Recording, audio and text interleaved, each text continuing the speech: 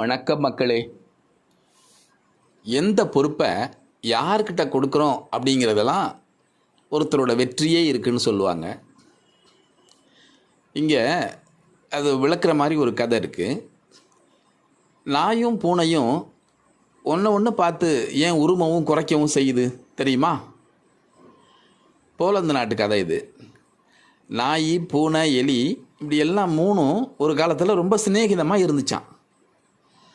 ஒரு நாள் நாய் வெளியில் போக வேண்டி இருந்ததுனால பூனையை பார்த்து தனக்கிட்ட இருந்த சில ஆவணங்களை எல்லாம் பூனைக்கிட்ட கொடுத்து, இதெல்லாம் ரொம்ப முக்கியமான ஆவணங்கள், இதெல்லாம் ரொம்ப பத்திரமா வச்சிரு, யாருக்கிட்டையும் கொடுக்காம பத்திரமா வச்சுக்க, பார்த்துக்க அப்படின்னு நாய் சொல்லி கொடுத்துட்டு போயிடுச்சு.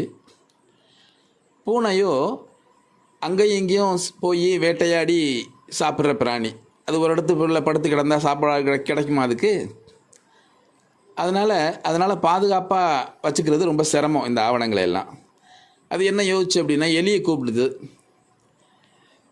இந்தாப்பா, இதெல்லாம் என்னோடய நண்பன் நாய்க்கு சொந்தமானது, இதை அவன் ஊர்லேருந்து திரும்பி வந்து கேட்குற வரைக்கும் நம்ம பத்திரமா பார்த்துக்கணும், நீ பத்திரமா வச்சுக்க அப்படின்னு சொல்லி எலிக்கிட்ட கொடுத்துச்சு. எலி அதை கொண்டு போய் பத்திரமா தன்னோட பொந்தில் வச்சுக்குது. அப்போது குளிர்காலம் வந்துருச்சு. குளிர்காலம் வந்துட்டால் எலியால் ஓடி ஆடி ஆகாரம்லாம் தேட முடியாது, பொந்துக்குள்ளேயே படுத்துடுற மாதிரி ஒரு சூழ்நிலை. ஆனாலும் பசி தாங்களையே, என்ன பண்ணுறது? இந்த பத்திரமா வச்சுருந்த காகிதங்களை எல்லாம் கொஞ்சம் கொஞ்சமாக கடித்து திங்க ஆரம்பிச்சிருச்சு.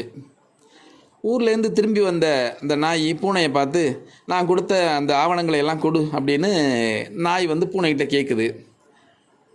அதுக்கு பூனை, நீ கவலைப்படாத, பத்திரமா இருக்கிற மாதிரி என்னோடய நண்பன் எலிகிட்ட அதையெல்லாம் கொடுத்து வச்சுருக்கேன், போய் வாங்கிட்டு வரலாம் வா அப்படின்னு சொல்லிட்டு அந்த பூனையும் நாயும் கிளம்பி எலியை பார்க்க போகிறாங்க.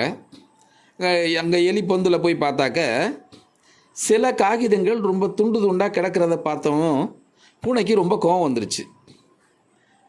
அவன் எலி தான் அப்படி பண்ணிட்டான்னு சொல்லிட்டு எலி மேலே ரொம்ப கோவம் வந்து எலியை துரத்த ஆரம்பிச்சிருச்சு.